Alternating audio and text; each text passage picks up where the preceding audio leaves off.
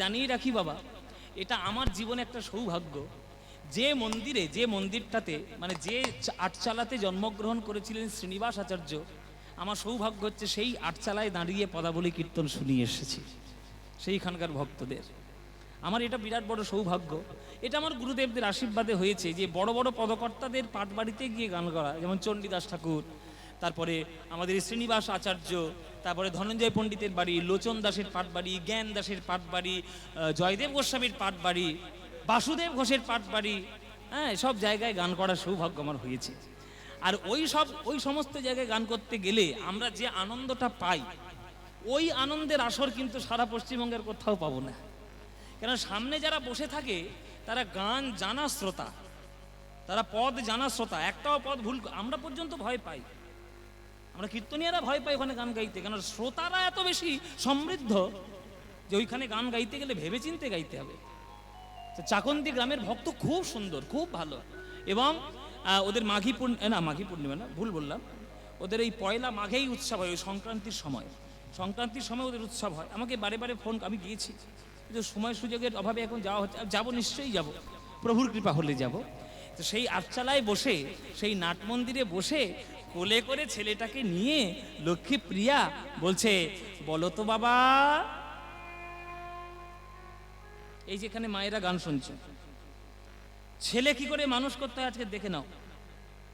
তোমরা তো মা, একটা ছেলে স্কুলে গিয়ে যা শিখবে, পাঠশালায় গিয়ে যা শিখবে, কলেজে গিয়ে যা শিখবে, তার শত গুণ শিক্ষা বেশি পাবে মায়ের কোলে বসে।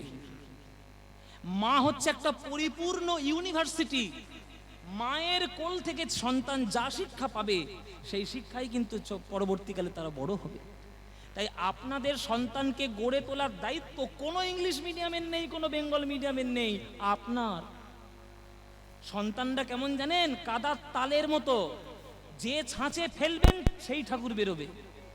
আপনারা বাবা মা হয়ে আপনার সন্তানকে কোন ছাঁচে ফেলতে চান আপনাদের ব্যাপার। আপনারা সন্তানকে রামের ছাঁচে ফেলবেন, রাবণের ছাঁচে ফেলবেন, আপনারা অর্জুনের ছাঁচে ফেলবেন না দুর্যোধনের ছাঁচে ফেলবেন, এটা আপনাদের ব্যক্তিগত ব্যাপার। সেখানে হস্তক্ষেপ করার অধিকার আমার নেই, কিন্তু উপদেশটা দিতে পারবো, শুনলে ভালো, নাইলে গেল। দেখো কি করে মানুষ করতে হয়।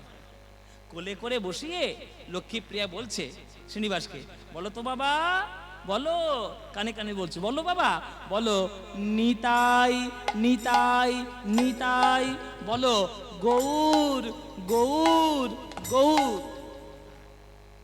একটা মায়ের দায়িত্ব নয়, একটা বাবার দায়িত্ব নয় ছোটবেলা থেকে এইসব কানে নামগুলো ঢোকানোর? করেছো তোমরা কেউ? কোলে ছেলে আর বসে বসে সিরিয়াল দেখছো, বোঝে না, সে বোঝে না, ও জীবনে কিচ্ছু বুঝবে না, সর্বনাশ হবে ওর জীবনে। মা হতে গেলে শুধু শরীর দিয়ে মা হওয়া যায় না, শুধু শরীর দিয়ে পিতা হওয়া যায় না, পিতৃত্ব মাতৃত্ব অর্জন করতে হয়, তবেই বাবা মা হওয়া যায়। সন্তানগুলোকে মানুষ করার চেষ্টা করুন, নইলে অমানুষে ছেয়ে যাবে, মানুষের মতো দেখতে অবয়ব ঘুরে বেড়াবে, মানুষ আর হবে না। দেখুন কোলে বসিয়ে বলছে, বলো তো বাবা, বলো, আমার সঙ্গে সঙ্গে বলো, বলো নিতাই নিতাই নিতাই, বলো গৌর গৌর গৌর। বলো বাপ শ্রীকৃষ্ণ চৈতন্য সুন্দর, বলো বাপ শ্রীকৃষ্ণ চৈতন্য সুন্দর, ওগো বলো বাপ শ্রীকৃষ্ণ চৈতন্য সুন্দর, বলো বাপ শ্রীকৃষ্ণ চৈতন্য সুন্দর। শিবাসাদি অদ্বৈত আর গদাধর, শিবাসাদি অদ্বৈত আর গদাধর, শিবাসাদি অদ্বৈত আর গদাধর, শিবাসাদি অদ্বৈত আর গদাধর। বলো জয় রূপ সনাতন ভট্ট রঘুনাথ, জয় রূপ সনাতন ভট্ট রঘুনাথ, শ্রীজীবী গোপাল ভট্ট দাস রঘুনাথ, শ্রীজীবী গোপাল ভট্ট দাস রঘুনাথ। বলো এই ছয় গোসাইয়ের করি চরণ বন্দন, এই ছয় গোসাইয়ের করি চরণ বন্দন, ওগো যাহা হইতে বিঘ্ন নাশ অভীষ্ট পূরণ, যাহা হইতে বিঘ্ন নাশ অভীষ্ট পূরণ। মোচি বলো, এটা এই সব শেখালে মানুষ হবে না? ছেলে হবে কি হবে না? এসব কানে ঢোকালে তারা বড় হবে, বড় হয়ে জানতে চাইবে, বলো মা, বলো বাবা, চৈতন্যকে, নিতাইকে, ষড়গোস্বামীকে তারা জানতে চাইবে। ছোট্টবেলা থেকে তাদের কানটা মধু করে রাখুন বাবা, কানটাকে বিষ করবেন না। একটা বাচ্চা ছেলে, আমি তো এই সমাজেও চলছি, আপনারাও চলছেন। একটা বাচ্চা ছেলে আমি কালকেই ফেসবুকে দেখছিলাম, বোধহয় 3-4 বছরের ছেলে বোধহয় হবে, সে একটু ডান্স শিখেছে। তা বাবা মা এখন তো সবাই তো যা করে সব ফেসবুকে দিয়ে দেয়। তো ফেসবুকে ভিডিও করে ছেড়েছে একটা বাচ্চা ছেলে, একটা 5 বছরের ছেলে, 5-6 বছরের ছেলে, তাদেরকে বাবা মা নাচে গেছে, খুব হই হুল্লোড় করে নাচে গেছে, বাবা নাচো, বাবা নাচো, লুঙ্গি ডান্স, লুঙ্গি ডান্স, লুঙ্গি ডান্স। চিন্তা করো, একটা 5 বছরের ছেলেকে শেখাচ্ছে লুঙ্গি ডান্স। তারা ছোটবেলা থেকে হানি সিং এর নাম শুনবে, রবীন্দ্রনাথের নাম জানবে না। কিন্তু আপনি জিজ্ঞেস করুন এখনকার দিনে ছেলে মেয়েদের, বিবেকানন্দের মার নাম কি জীবনে বলতে পারবে না, দেবের বাবার নাম কি 14 পুরুষের সব নাম বলে দেবে। আমি কাউকে অসম্মান করছি না। কাকে জানলে আপনার আধ্যাত্মিক জীবন উন্নতির শিখরে যাবে সেটা আপনার দায়িত্ব। তাহলে বাবা মা হয়ে আপনি কি করে ওই বাচ্চাটাকে শেখাচ্ছেন লুঙ্গি ডান্স? তারা বাবা মা, তারা বাবা মার নামে কলঙ্ক। তারা ছেলেটাকে সৎ পথে দিচ্ছে না, তারা আগুনে ফেলে দিচ্ছে। ওই ছেলেটা বড় হয়ে কি হবে কোনো জানবে না। আধ্যাত্মিক পথে ছেলে যদি তৈরি করতে না পারেন, তাহলে প্রহ্লাদ হবে না, ধ্রুব হবে না, বিবেকানন্দ হবে না, রবীন্দ্রনাথ হবে না।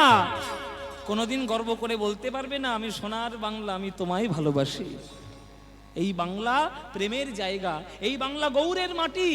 সেই মাটিতে কত বড় বড় সাধক বৈষ্ণব জন্ম নিয়েছে। তার মধ্যে আজকে শ্রীনিবাস, সে কি এমনি বৈষ্ণব হয়েছে? মা বাবার কোলে বড় হয়েছে।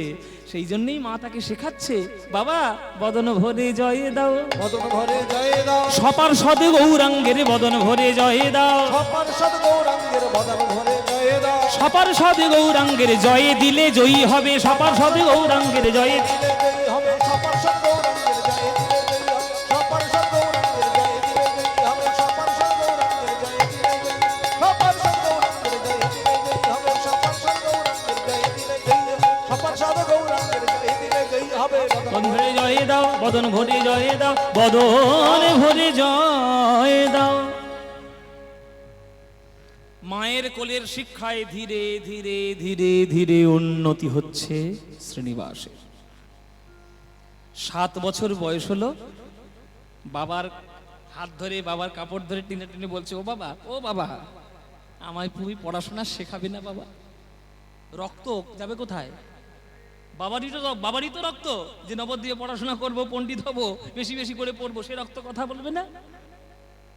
বাবার কাপড় ধরে, বাবার হাত ধরে টেনে বলছে, বলো বাবা, ও বাবা, আমি যাব না পড়তে। আশেপাশের সকল গুরু যারা আছেন তাদের সবার কাছে ভর্তি করে দিলেন শ্রীনিবাসকে। যেখানে দেখিবে ছাই, উড়াইয়া দেখো তাই, পাইলেও পাইতে পারো অমূল্য রতন। যেখানেই যার কাছ থেকে যতটুকু পারবে শিখে নেবে। শিক্ষা ছাড়া কোনো গতি নেই, শিক্ষার শেষ নেই। আমাদের উস্তাদ জাকির হোসেন, যিনি চলে গেলেন, উস্তাদ জাকির হোসেন, আমরা তো মাঝে মাঝে তার সামনাসামনি একটু বসেছি, একটু সৌভাগ্য হয়েছে তার বাজনা শোনা। তো তিনি আমাদের একটা রিসাইটেশনে বলেছিলেন যে বাবা, যতদিন বেঁচে থাকবে, যদি তোমার জীবনে যেদিন জানবে যে তোমার জীবনে শিক্ষা বলে আর কিচ্ছু নেই, সেদিন জানবেন তোমার জীবনটাই শেষ হয়ে গেছে। সেইটাই তোমার মৃত্যু দিন, যেদিনটা তোমার শিক্ষার শেষ হবে। এই মৃত্যুর দিন পর্যন্ত, চিতায় ওঠা পর্যন্ত শিক্ষা। এই শিক্ষা না নিলে তো হবে না।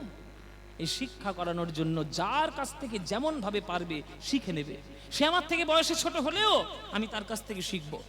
আর বয়সে ছোট হলেও তার কাছ থেকে শেখা যায়, তার উৎকৃষ্ট প্রমাণ আমার গৌরাঙ্গ মহাপ্রভু।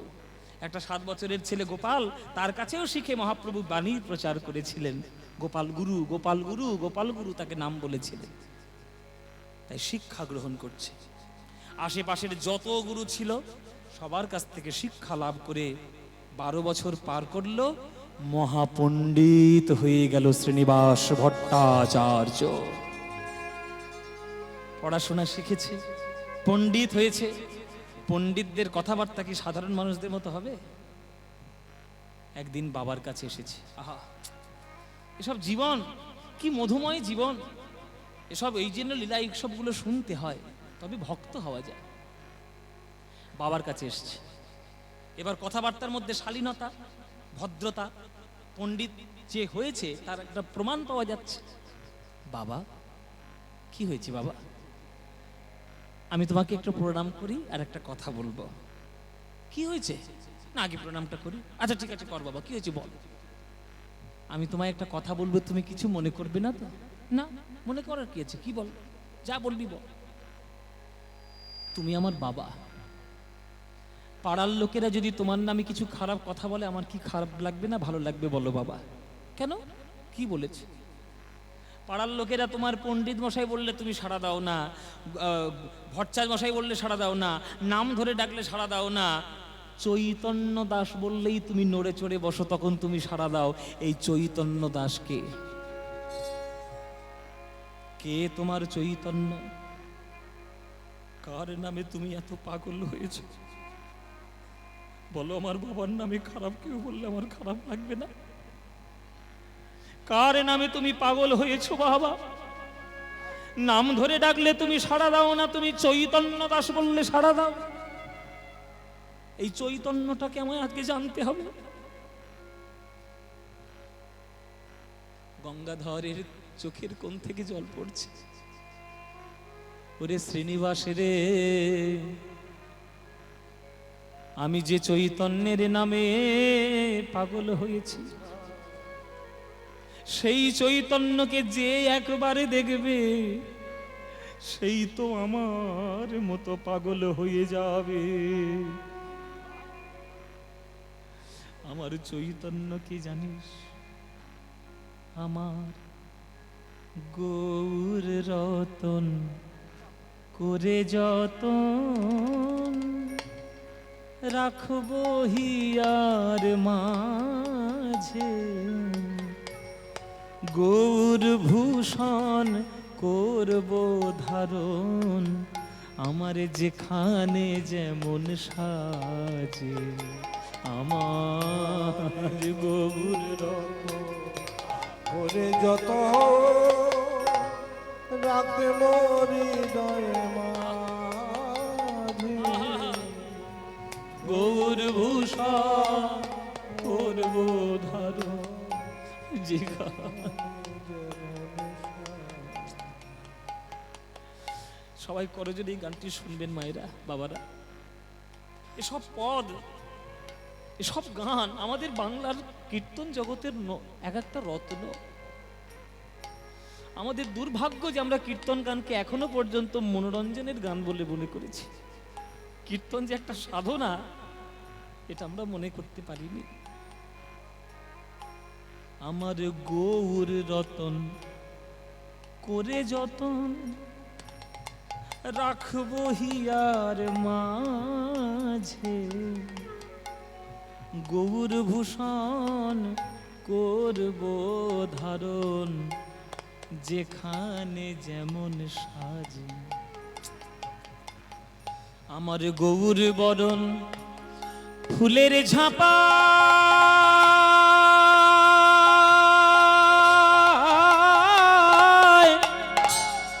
আমি লোটন বাঁধব চুলে, গৌর বরণ ফুলের ঝাপা,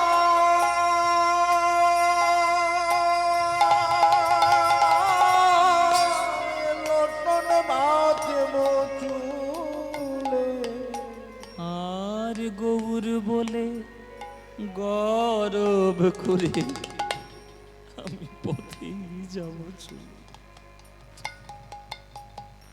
বাবা, আপনি যদি রাস্তা থেকে হেঁটে হেঁটে যান, সন্ধেবেলা একটা কাপড়ের পুটুলি কুড়িয়ে পেয়েছেন, অন্ধকারে দেখতে পাননি তার মধ্যে কি আছে, বাড়িতে এসে পুটুলি খুলে দেখছেন তার মধ্যে 100 খানা সোনার মোহর আছে।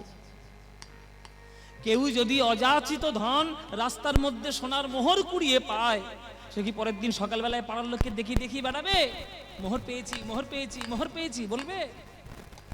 সঙ্গে সঙ্গে সে যত শীঘ্র সম্ভব সেই মোহরটিকে সিন্দুকের মধ্যে তুলে রাখবে, নইলে ব্যাংকের লকারে গিয়ে সে জমা দিয়ে আসবে। হ্যাঁ গো, 100টা মোহরের যদি এত দাম হয়, আমার গৌর হরির কত দাম তোমরা? আমার গৌর হরি কি মোহরের থেকে কম? পৃথিবীর সকল সোনা একদিকে রাখো, আমার গৌরকে একদিকে রাখো। ওই গৌর ছাড়া কারোর হৃদয় তুলবে না। তোমরা দেখছো কি সই ওই গোরা রূপে আমার, আমার সকলই গেল ভেসে। দাস লোচন বলে কুতূহলে আমি দেখবো বসে বসে। দাস লোচন বলে কুতূহলে দেখবো দেখবো কারা গেল আর কারা বা আছে, কারা গেল আর কারাবা আছে। আমি দেখবো কারা গেল আর কারা আছে, কারা গেল আর কারাবা আছে। আমি গৌর ভালো বেসেছি বলে দেখবো কারা গেল আর কারা বা আছে। গৌর ভালো বেসেছি বলে দেখবো কারা আমায় ভালোবাসে। গৌর ভালো বেসেছি বলে দেখবো কারা আমায় ভালোবাসে।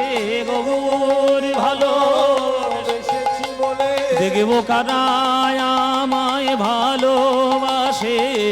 গৌর ভালো বেসেছি বলে দেখবো কারা আমায় ভালোবাসে। মুখে গৌর গৌর গৌর বলে কারা আমার ভালোবাসে। গৌর গৌর গৌর বলে কারা আমার ভালোবাসে। গৌর গৌর গৌর বলে দেখবো কারা গেল আর কারা বা আছে। লোচন বলে কুতূহলে দেখবো বসে বসে। বাবা তুমি তো গৌরকে দেখেছ, আমি তো গৌরকে দেখিনি। তাহলে তোমার চৈতন্য সেই গৌর যে মার কোলে বসে বসে আমি করতালি দিয়ে ছোটবেলায় শিখেছি গৌর গৌর গৌর, এই সেই গৌর, এই সেই চৈতন্য। বাবা আমি দেখবো কি করে তোমার ভালোবাসার ধন আমি পাবো কি করে? আমি তোমার পুত্র হয়ে তোমার গৌরকে আমি কি করে চরণ ধরবো আমায় বলে দাও। ওরে শ্রীনিবাস, পড়াশোনা অনেক করেছিস, যতদিনে বেঁচে থাকবি ততদিনে পড়াশোনা করতে পারবি, কিন্তু একবার যদি গৌর চলে যায় আর গৌরকে পাবি না। ছুটে যা, পুরী ধামে চলে যা, গৌরের নামে নিয়ে আমার গৌরের চরণ দর্শন করে আয়। কেননা তার অবস্থা ভালো নয়। কখনো হরিনাম করতে করতে চোখ মুখ তার বেরিয়ে আসছে, কখনো হাত পা অবশ হয়ে যাচ্ছে, কখনো সমুদ্রের জলে ঝাঁপ দিয়ে পড়ছে, কখন কি হয়ে যায় কেউ জানে না। ছুটে যা বাবা, গৌরকে দেখে আয়। না বাবা আমি আর দেরি করবো না, আমি এক্ষুনি বেরোবো বাবা, আমি এক্ষুনি বেরোবো গৌরকে দেখতে। সেই ক্ষণে বেরিয়ে গেল শ্রীনিবাস ভট্টাচার্য গৌরকে দেখতে। গৌর গৌর গৌর গৌর গৌর গৌর গৌর হে গৌর গৌর গৌর গৌর গৌর গৌর গৌর হে গৌর গৌর গৌর গৌর গৌর গৌর গৌর হে গৌর গৌর গৌর গৌর গৌর গৌর হে গৌর গৌর গৌর গৌর গৌর গৌর গৌর হে নিতাই গৌর হরি বল।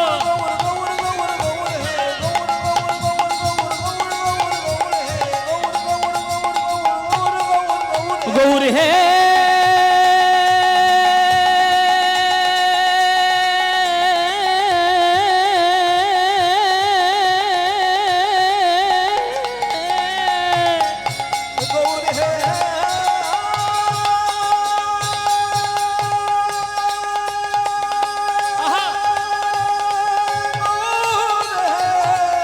গৌর হে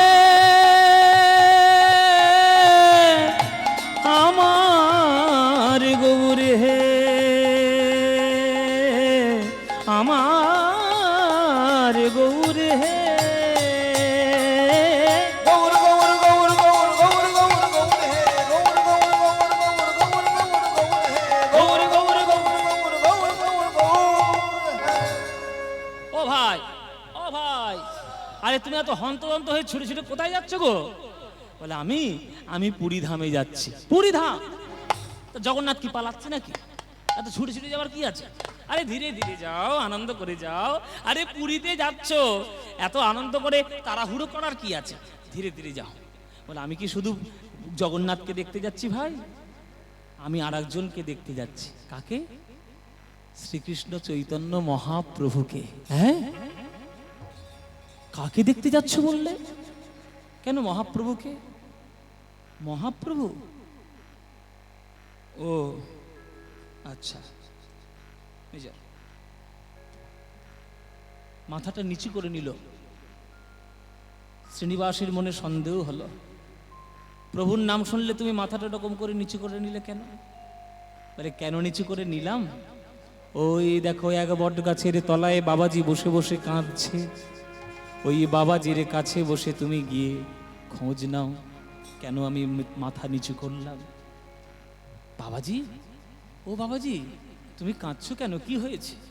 আমি কাঁদছি, আমি পুরীর থেকে আসছি, তাই আমি কাঁদছি। পুরীর থেকে? আমিও তো পুরী যাব। পুরীতে গেলে জগন্নাথকে দেখলে কেউ তো কাঁদে না। আপনি কি জগন্নাথ দেখেননি? আপনি কি শ্রীকৃষ্ণ চৈতন্য মহাপ্রভুকে দেখেননি? বলে আমি যা দেখেছি দেখেছি, আর ভাগ্যে হয়তো কাউর দেখা হবে না। কেন? আমার সোনার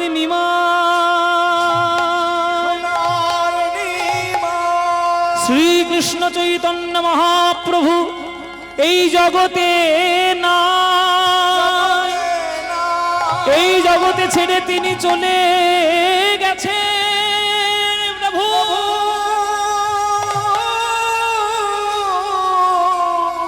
প্রভু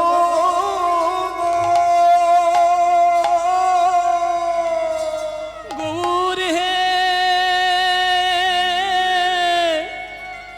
কেন তুমি আমায় এমন বঞ্চিত করে, আমাকে এইভাবে বঞ্চিত করলে? ও গোরা রূপ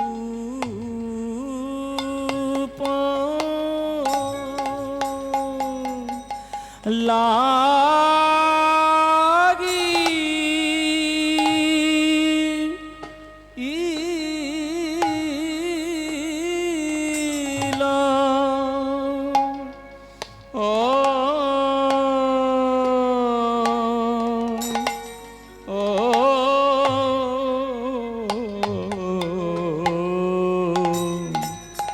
গোরারূপ লাগিল নয়, ও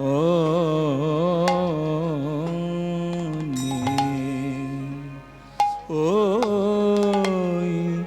গোরা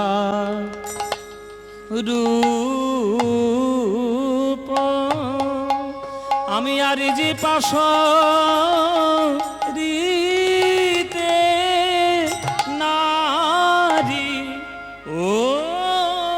সদাই আমার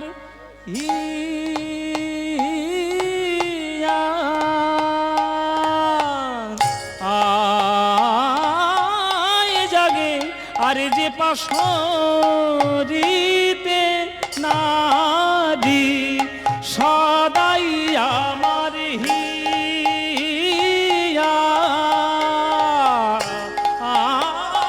জাগে, আরে যে পাশরিতে নারী সদাই আমার হিয়া জাগে, আরে যে পাশরিতে নারী সদাই আমার হিয়া জাগে, আর যে পাশরিতে নারী সদাই আমার হিয়া। হরি বল হরি বল। আয় জাগে আর যে পাশরিতে নারী সদাই আমার হিয়া, আয় জাগে আর যে পাশরিতে নারী সদাই আমার হিয়া, আয় জাগে আর যে পাশরিতে নারী ই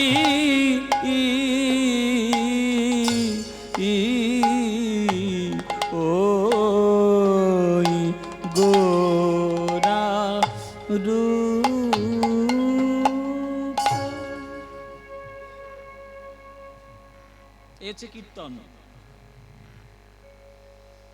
এইটাই কীর্তন। আপনারা যে ধৈর্য ধরে শুনলেন এটাই ভাগ্য ভালো আমার। নইলে বড় গান শুনলেই লোকে টোটো ধরে, বলে এবার সময় কাটানো শুরু করেছে।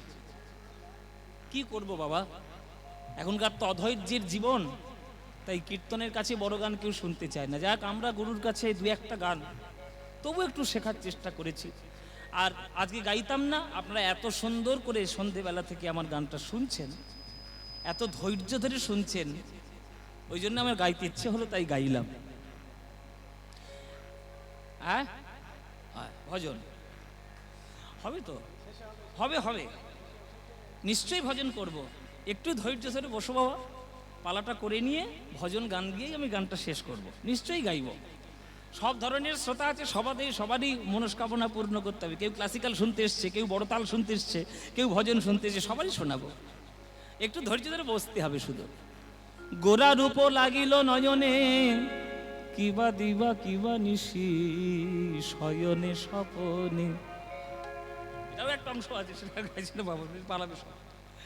হ্যাঁ, তো যখন এইভাবে কান্নাকাটি করছে গৌর হরির জন্য, মনে মনে সিদ্ধান্ত নিল, যে নয়ন গৌর দেখলো না, যে দেহ গৌরের চরণ পেল না, যে বাক্য দ্বারা আমি গৌরের নাম তার চরণে বলতে পারলাম না, সেই দেহ সেই জীবন আমার থাকার থেকে না থাকাই ভালো। এই বলে গঙ্গার জলে ঝাঁপ দিয়ে পড়তে গেছে আমার এই শ্রীনিবাস। শ্রীনিবাস কে? কে? তুমি যার নামে পাগল, আমি সেই কথা বলছি। প্রভু, দর্শন না দিয়ে তুমি এইভাবে আকাশবাণী কেন করছো? তুমি দর্শন কেন আমায় দিলে না? তোমার চরণ কেন আমি স্পর্শ করতে পারলাম না? বলো প্রভু, তুমি আমায় কেন এইভাবে আকাশবাণী করছো? শ্রীনিবাস, 84 লক্ষ জনের মধ্যে মানব দেহ শ্রেষ্ঠ দেহ, আর তুমি এইভাবে দেহটাকে পেয়ে নষ্ট করছো। জেনে রেখো শ্রীনিবাস, এ দেহ তোমার দেহ নয়, ওটা আমারই দেহ। অংশ স্বরূপ তুমি জন্মগ্রহণ করেছ। বৈষ্ণব জগতের যে অপূর্ণতা রয়ে গেছে, সেই অপূর্ণতা পূর্ণ তোমায় করতে হবে। আর তুমি আমাকে এইভাবে ফাঁকি দিয়ে তুমি আত্মহত্যা করছো শ্রীনিবাস। পুরীধামে যাও, পুরীধামে যাও, অনেক ভক্ত তোমার জন্য ব্যাকুল হয়ে আছে। তোমাকে দেখলে আমার অদর্শনে তারা পাগল, তোমাকে দেখলে তারা খানিকটা শান্ত হবে। যাও যাও, তাদেরকে একটু প্রবোধ দাও।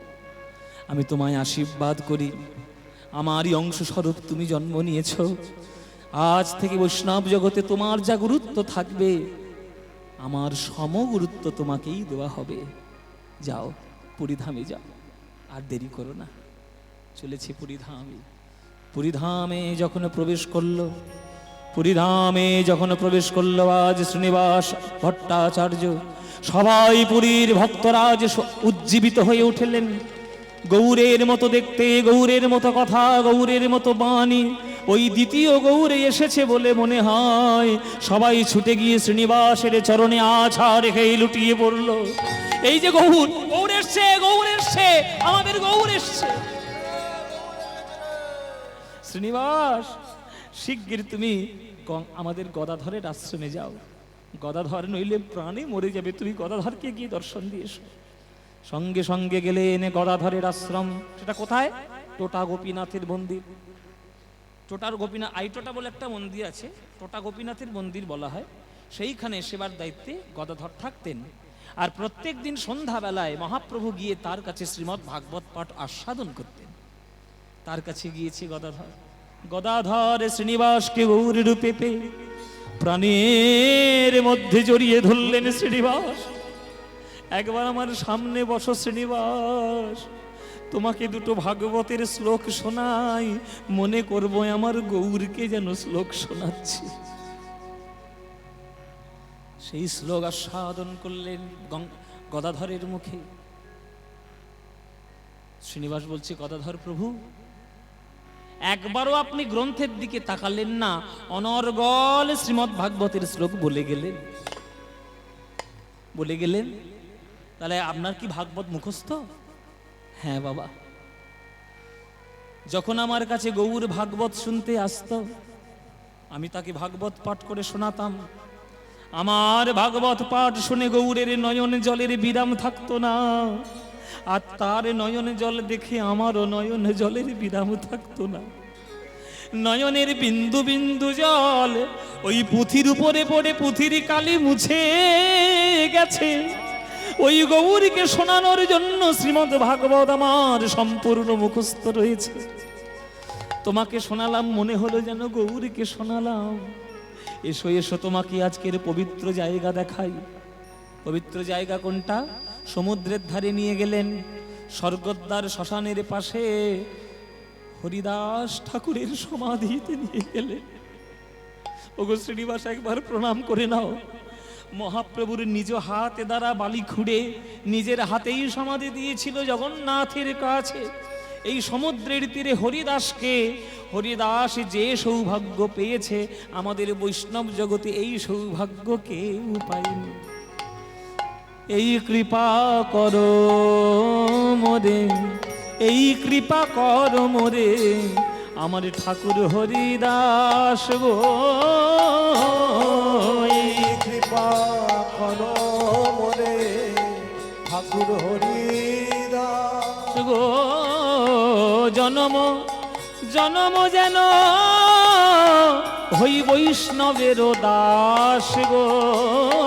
জনম জনম যেন বৈষ্ণবের দাস। হরিদাস ঠাকুরের সমাধিতে প্রণাম করলেন। পুরীর সকল ভক্তগণ যারা গৌর প্রেমে পাগল, তাদেরকে উজ্জীবিত করে শ্রীনিবাস আবার ঘরে ফিরে এলেন।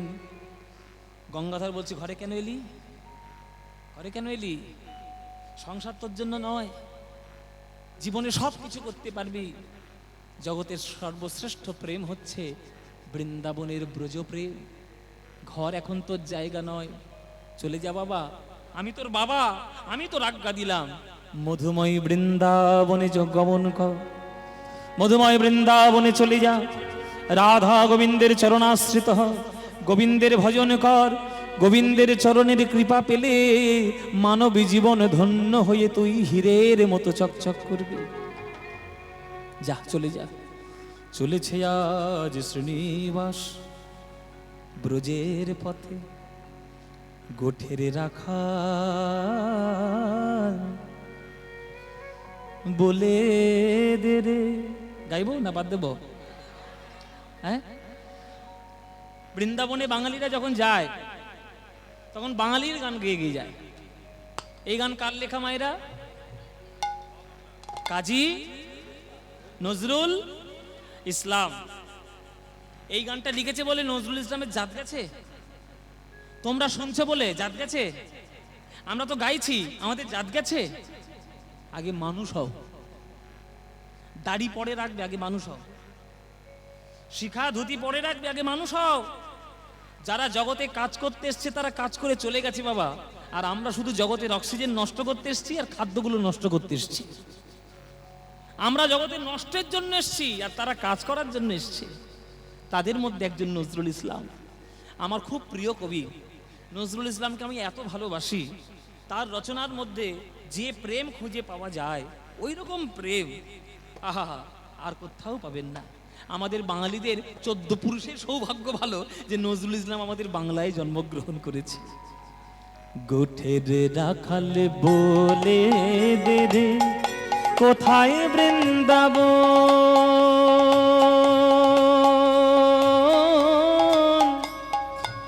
কোথায় বৃন্দাবন, রাখাল রাজা গোপাল আমার খেলে অনুক্ষণ, কোথায় বৃন্দাবন। গোঠের রাখাল বলে রে রে, কোথায় বৃন্দাবন, রাখাল রাজা গোপাল খেলে অনুক্ষণ,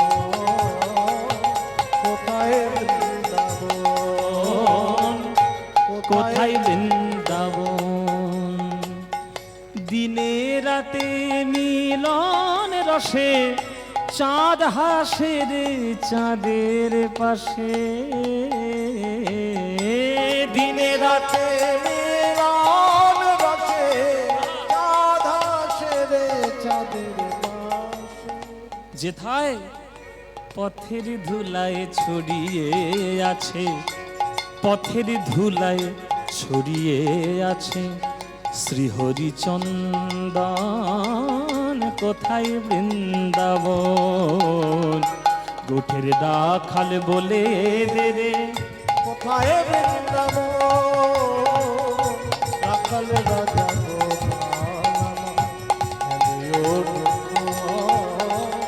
কোথায় বৃন্দাবন। কৃষ্ণ নামের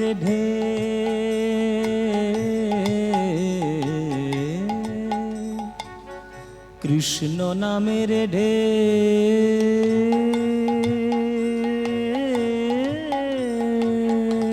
ওঠে রে সুনীল যমুনায় তমাল বনে আজ কানর নপুর শোনা যায় গো, নপুর শোনা যায়। এই গান হবে আর হবে এই গান। আপনারা বাঙালি, আমরাও বাঙালি। যে ধুলা মাখার জন্য স্বয়ং গোবিন্দ ধুলা মাখে, বৃন্দাবনে যারা গিয়েছেন তারা জানবেন। বৃন্দাবনের ভক্তরা আমরা সবাই বলি যে এ তো ধুলা নয়, ধুলি নয়, গোপী পদ রেণু, এই ধুলা গায়ে মাখে নন্দের বেটা কানু। যে ধুলা মাখার জন্য বৃন্দাবনে স্বয়ং ভগবান নেমে এসেছেন, সেই বৃন্দাবনে যদি প্রেম কুড়াতে না পারো তাহলে জীবন ধন্য হবে না। ধাসা রে গা রে গা রে গা পা মা পা রে মা গা। ধাসা রে গা রে গা রে গা পা ধাসা ধা পা গা। গা পা সা নি ধা ধা ধা নি ধা নি ধা নি ধা সা নি ধা পা পা ধা গা গা পা গা রে গা সা গা রে গা রে সা। আজো যেথা কদম ডালে বেনু বাজে সাঁঝ সকালে। আজো যেথা কদম ডালে বেনু বাজে সাঁঝ সকালে। যেথা নিত্য লীলা করে আমার, নিত্য লীলা করে আমার মদন মোহন। কোথায় বৃন্দাবন। গোঠের রাখাল বলে দে রে কোথায় বৃন্দাবন। রাখাল রাজা গোপাল আমার খেলে অনুক্ষণ। কোথায় বৃন্দাবন, কোথায় বৃন্দাবন, কোথায় বৃন্দাবন, কোথায় বৃন্দাবন, কোথায় বৃন্দাবন, কোথায় বৃন্দাবন।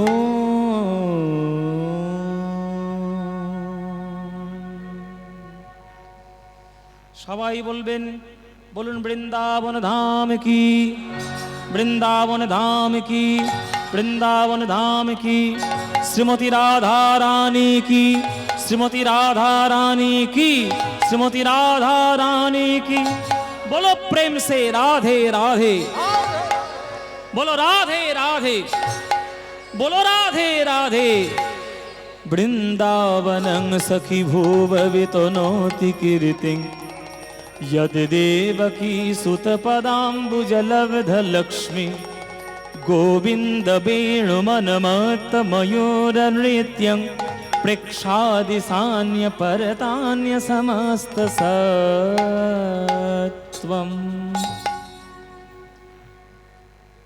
বৃন্দাবনে তখন এক বৈষ্ণব বাস করতেন, তার নাম হচ্ছে গোপাল ভট্ট গোস্বামী।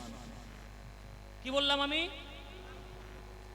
এই গোপাল ভট্ট গোস্বামীকে ষড় গোস্বামীর এক গোস্বামী। আমরা সবাই কি বলি মায়েরা? জয় রূপ সনাতন ভট্ট রঘুনাথ, তারপরে কি শ্রীজীব গোপাল ভট্ট। এই হচ্ছে গোপাল ভট্ট।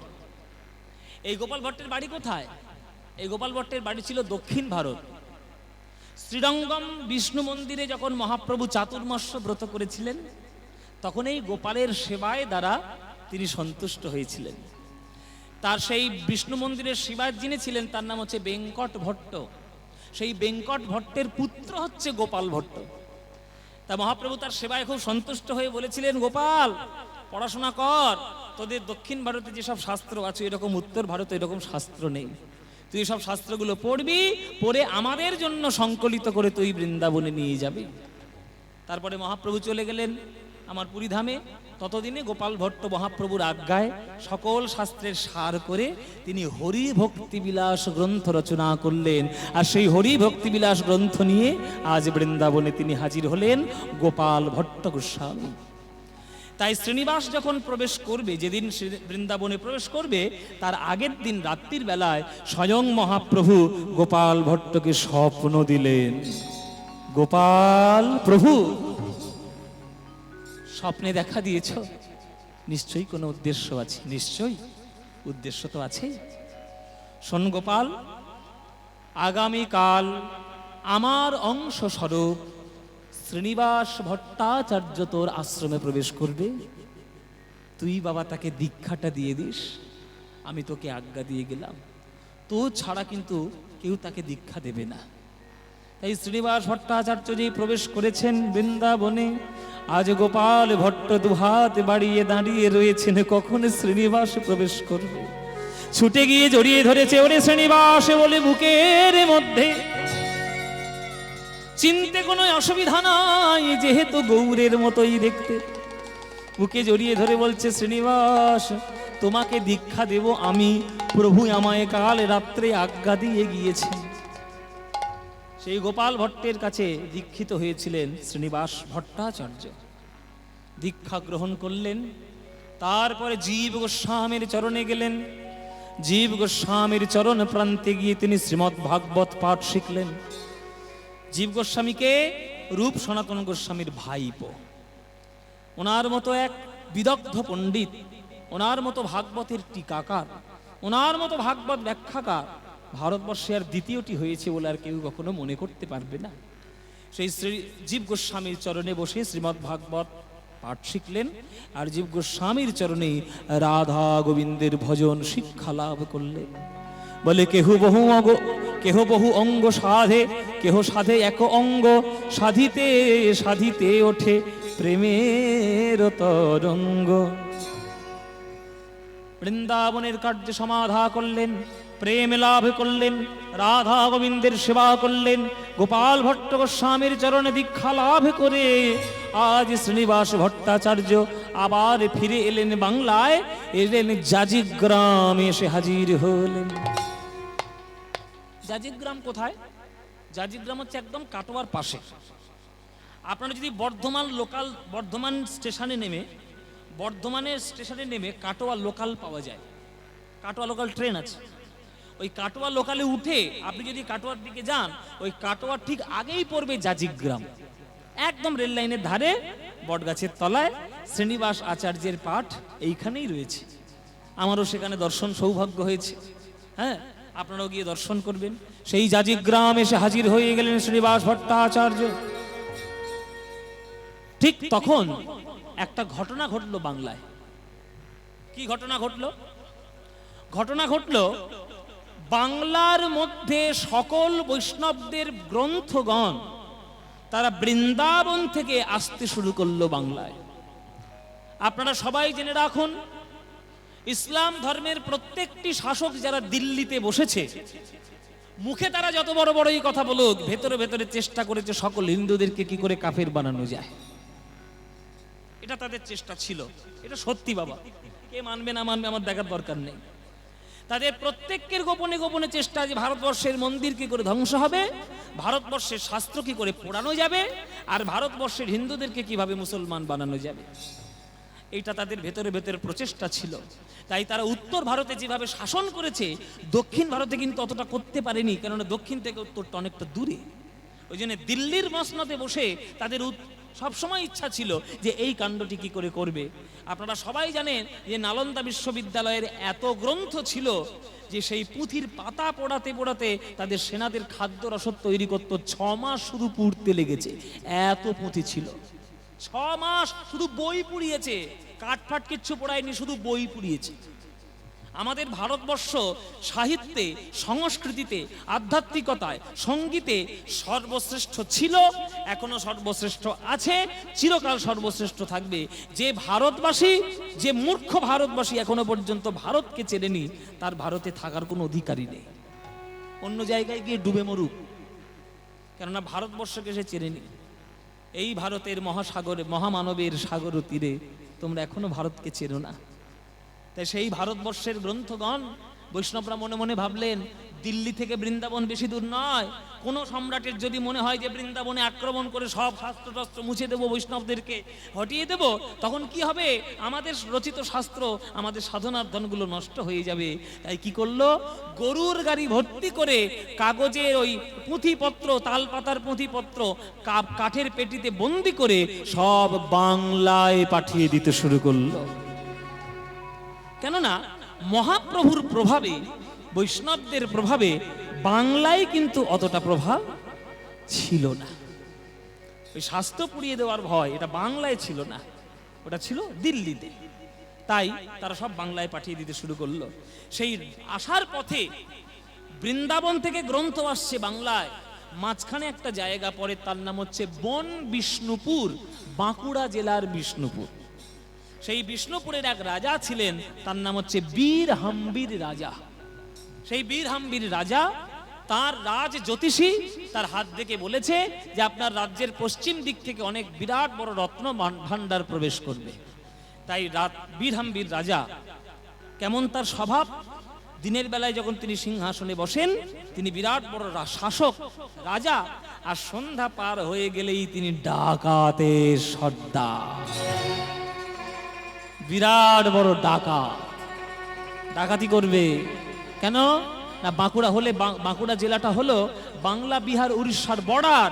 আর বর্ডার মানেই আপনারা সবাই জানেন 2 নম্বরই মাল পাচার হবে। তাই সেই 2 নম্বরই মালগুলোকে পাচার করার রোধ করে সেগুলো লুটপাট করে নিয়ে আসতো, নিজের কোষাগারে ভর্তি করতো। তার রাজ জ্যোতিষী বলেছেন যে লাঠিয়াল পাঠিয়ে দাও পশ্চিম দিকে, রত্ন ভান্ডার ঢুকবে। এই কালু, এইটা মদন, হ্যাঁ, আর কালু, কালু মদন, এই প্রভু, এই তোরা চলে যা পশ্চিম দিকে, পশ্চিম দিকে চলে যাবি, রত্ন ভান্ডার প্রবেশ করবে, ওইগুলো লুটপাট করে ঘরে নিয়ে আসবি। যে বাধা দেবে, লাঠি হাতে থাকবে, তীর হাতে থাকবে, যেটা পাবি মাথায়।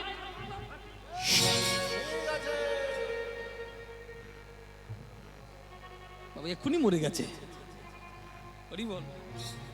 ও মায়েরা, সবাই লাঠিয়ালগুলো গিয়ে দাঁড়িয়ে রয়েছে, রত্ন ভান্ডার লুটপাট করবে।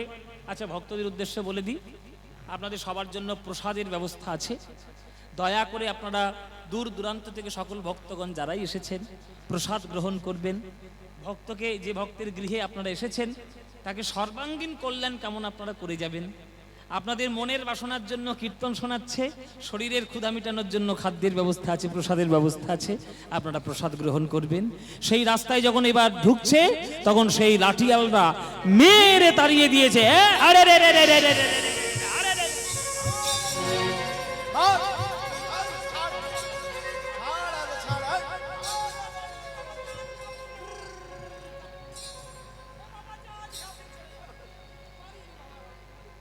হুরু হুরু করছে, হুরু করছে, গরু তাড়াচ্ছিস না ডাকাতি করছিস? ও মায়েরা দেখো, হুরু করে ডাকাতি করতে যাচ্ছে। ও মায়েরা, বৈষ্ণবরা মারের ভয়ে সব পালিয়ে গেল, পুরো কাঠের পেটি গরুর গাড়ি ভর্তি করা সেইটা ডাকাতি করে নিয়ে ঘরে এলো। সকাল হয়ে গেছে, রাজা বলছে দেখ দেখ দেখ, একেবারে সোনার পাত ফাত সব রয়েছে, দেখ ভালো করে। প্রত্যেকটা বাক্স খুলছে, ও মা, সোনা পাবে কোথায়, শুধু তাল পাতা বেরোচ্ছে। কারণ আগেকার দিনে তালপাতায় পুঁথি লেখা হতো, বুঝতে পারলো না যে তালপাতার মধ্যে কি লেখা আছে। তখন বীরহাম্বীর রাজা ডেকে নিয়ে এলো তার গুরুদেব ব্যাস চক্রবর্তীকে। ব্যাস চক্রবর্তী পড়ে দেখছে, ওরে বাপ রে বাপ, মহারাজা আপনি কি ভেবেছেন রত্ন ভান্ডার হলেই কি শুধু সোনা দানা গয়নাগাটি হতে হবে? এই যে রত্ন ভান্ডার আপনি পেয়েছেন, আপনার কপালে এসে জুটেছে, এ আর কারোর কপালে এসে জোটেনি। আপনি এই রত্ন ভান্ডার, গ্রন্থ ভান্ডার যোগ্য মানুষের হাতে সমর্পণ করবেন। সেই যোগ্য মানুষকে যখন চারিদিকে ঢেড়া পিটিয়ে দিল, তখন এই শ্রীনিবাস আচার্য এলেন এই বিষ্ণুপুরে। শ্রীমদ ভাগবত পাঠ শোনালেন। সবাই করজোড়ে বসবেন। ভাগবত পাঠ শুনিয়ে রাজার মন গলাচ্ছে শ্রীনিবাস আচার্য। বৃন্দাবনং সখী ভূব বিতনোতি কীর্তিঃ यद देवकी सुतपदाम्बुजलब्ध लक्ष्मी गोविंद वेणो मनमत्तमयोरनृत्यं प्रेक्षादिशान्य परतान्य समस्त सत्यं बर्हापीडं नटवर बापु कर्णयो कर्णिकारं बिभ्रद्वासो कनककपीशं वैजयन्तीं च मालं रन्ध्राणवेणधरसूधया पूरयन् गोपवृन्दै वृन्दारण्यं स्वपदरमणं प्राविशद गीतकीर्तिः तूणिताण्डविनिरतं वितनुते तुण्डावलिलब्धये कर्णक्रोडकडम्बिनि घटायते कर्णाभृतभ्रस्पृहं चेतप्राङ्गणसङ्गिनि विजयते सर्वेन्द्रियाणां कृतिं न जाने जनितक यद्भयमृते कृष्णति वर्णद्वै हे कृष्ण करुणा सिन्धु दीनबन्धो जगत्पते गोपेश गोपीकान्त राधाकान्त नमस्तुते तप्त काञ्चन गौराङ्गी राधे वृन्दावनेश्वरीं वृषभानुसुते देवी तं नमामि हरि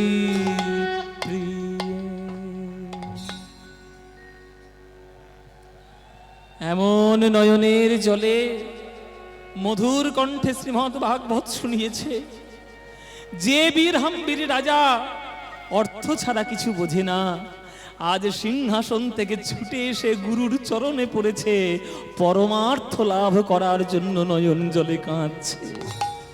প্রভু মোর শ্রীনিবাস পুরাইলে মনের আশ, তুয়া বিনা গতি নাহি আর রে, তুয়া বিনা গতি নাহি আর রে। আমি আছি নো মায়ার কি, আমার বড়ই লাগিত মিট, দেখাইলা অমিয়ার ধারে, দেখাইলা অমিয়ার ধারে। হরি বল, হরি বল বাবা। একটা গোবরে পোকা আর একটা মৌমাছির মধ্যে বন্ধুত্ব হয়েছে। মৌমাছি জিজ্ঞেস করছে গোবরে পোকাকে, ওরে গোবরে পোকা তুই তোমার বন্ধু, তুই কি খাস? তখন গোবরে পোকা বলছে আমি গোবর খাই, গোবর খাই। মৌমাছি বলছে খাস গোবর, আবার বুক ফুলে বলছিস? তুই যেটা খাস সেটা জগতের সব থেকে নিকৃষ্ট, ওটা বিষ্ঠা, দুর্গন্ধ হয়, ওকে কেউ ছোঁয় না, ওটা গোবর, ওটা জগতের নিকৃষ্ট বস্তু। তখন গোবরে পোকা বলছে মৌমাছিকে তুই কি খাস? তখন মৌমাছি বলছে আমি জগতের সর্বশ্রেষ্ঠ জিনিস পান করি। কি পান করিস? জগতের শ্রেষ্ঠ হলো সৌন্দর্য ফুলের মধ্যে, সেই ফুলের মধ্যে রয়েছে পরাগ, আর তার মধ্যেই রয়েছে মধুর বাসস্থান, সেই মধু আমি পান করি। গোবরে পোকা বলে ওরে মৌমাছি আমাকে কি একটু মধু পান করাতে পারিস? কোন মৌমাছি যদি ভাগ্যক্রমে কোনো গোবরে পোকার মুখে একবার মধু লাগিয়ে দেয়, আর কি আর কোনোদিন সে গোবরের মধ্যে ফিরে যাবে? তত্ত্বের দিক দিয়ে কি বিচার? এখানে আমরা হলাম গোবরে পোকা, আর বৈষ্ণব ব্রাহ্মণ হলেন মৌমাছির সমান। গুরু বৈষ্ণবের মুখে কৃষ্ণ নাম মধু একবারে পান করলে সংসারের গোবর আর কখনোই আমাদের ভালো লাগবে না। তাই বলছে বীরহাম্বির বলছে, আছি নো মায়ার কীট আমার বড়ই লাগিত মিঠ, দেখাইলা অমিয়ার ধারে, দেখাইলা আমি আরো ধারে। জীবের নিস্তার লাগি নন্দসুত হরি, জীবের নিস্তার লাগি নন্দসুত হরি, আহা ভুবনে প্রকাশ হন গুরু রূপ ধরি, ভুবনে প্রকাশ হন গুরু রূপ ধরি। আজ মহিমায় গুরু কৃষ্ণ এক করি জানো, মহিমায় গুরু কৃষ্ণ এক করি জানো, আজ গুরু আজ্ঞা হৃদয় সদাই সত্য করি মানো, গুরু আজ্ঞা দিতে সদাই সত্য পরিমাণ। গুরু রূপে ভগবান গুরু রূপে ভগবান, সে যে শিষ্যের করে পরিত্রাণ, গুরু রূপে ভগবান শিষ্যের। করে পরিত্রাণ গুরু রূপে ভগবান। ওই বীরহাম্বির রাজা এই শ্রীনিবাস আচার্যের শিষ্য হয়ে গেছিলেন। সেই সমস্ত গ্রন্থ ভাণ্ডার নিয়ে এসে হাজির হলেন আমাদের এই জাজিক গ্রামে। সেই জাজিক গ্রামে তারপরে ভাগবত পাঠ করার সময় তার এক পরম প্রেমময়, তার পরম এক প্রিয় শিষ্য রামচন্দ্র কবিরাজ তার কাছে দীক্ষিত হয়েছিলেন। সেই রামচন্দ্র কবিরাজ একদিন গুরুদেবকে ধ্যানের হাত থেকে ফিরিয়ে নিয়ে এলেন। কেননা ধ্যানের মধ্যে বসে 7 দিন ধরে পড়েছিল, কিন্তু এই রামচন্দ্র কবিরাজ সেই ধ্যানের মধ্যে প্রবেশ করে তাকে রাধারানীর বেসর, নাকের বেসর খুঁজে দেওয়ার গুরু দায়িত্ব তুলে নিয়েছিল। খুঁজে দিলেন, রাধারানীর হাতে তুলে দিলেন। রাধারানী নিজের চর্বিত তাম্বুল সেবার জন্য হাতে দিলেন। সেই সেবার জন্য চর্বিত তাম্বুল গুরু শিষ্য যখন মুখে দিলেন, 1 সপ্তাহ পরে জাজিক গ্রামে শ্রীনিবাস আচার্যের ধ্যান ভঙ্গ হলো। 1 সপ্তাহ পর যখন ধ্যান ভঙ্গ হলো, দেখছে ধ্যান ভেঙে হাতেও লাল পানির দাগ, ঠোঁটেও লাল পানির দাগ। তাই রামচন্দ্রকে জড়িয়ে ধরেছে শ্রীনিবাস। আজ দুজনাই কাঁদিছে, আজ দুজনাই কাঁদিছে, আজ রামচন্দ্র শ্রীনিবাস তারা দুজনাই কাঁদিছে। রামচন্দ্র ওই একে অন্যের জড়ায় ধরে রামচন্দ্র শ্রীনিবাস, একে অন্যের জড়ায় ধরে রামচন্দ্র শ্রীনিবাস, একে অন্যের জড়ায় ধরে রামচন্দ্র শ্রীনিবাস, একে অন্যের জড়ায় ধরে রামচন্দ্র শ্রীনিবাস দুজনাই। কাঁদিছে। সেই রামচন্দ্র আর শ্রীনিবাস তারা প্রত্যেককেই আমাদের বৈষ্ণব জগতের মাথার মণি। তারা এই বৈষ্ণব ধর্ম, এই প্রেম জগৎ তারা আরো উৎকৃষ্ট করলেন। সেই জাজিক গ্রামে রামচন্দ্র আর শ্রীনিবাসের মহামিলন ঘটল।